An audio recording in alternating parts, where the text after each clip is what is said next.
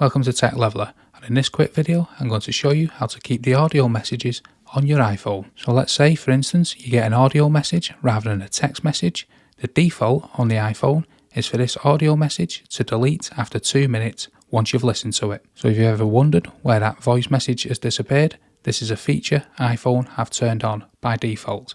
You can turn it off, and we can do that by first heading over to the iPhone settings here on the home screen.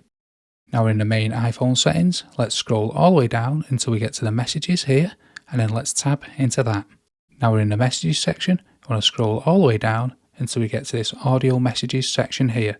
And as you can see, it currently says expired at the top here and after 2 minutes. So let's tab into this section here, the expired section. Now within the expired section, you can see here we have two options to choose from, after 2 minutes and never.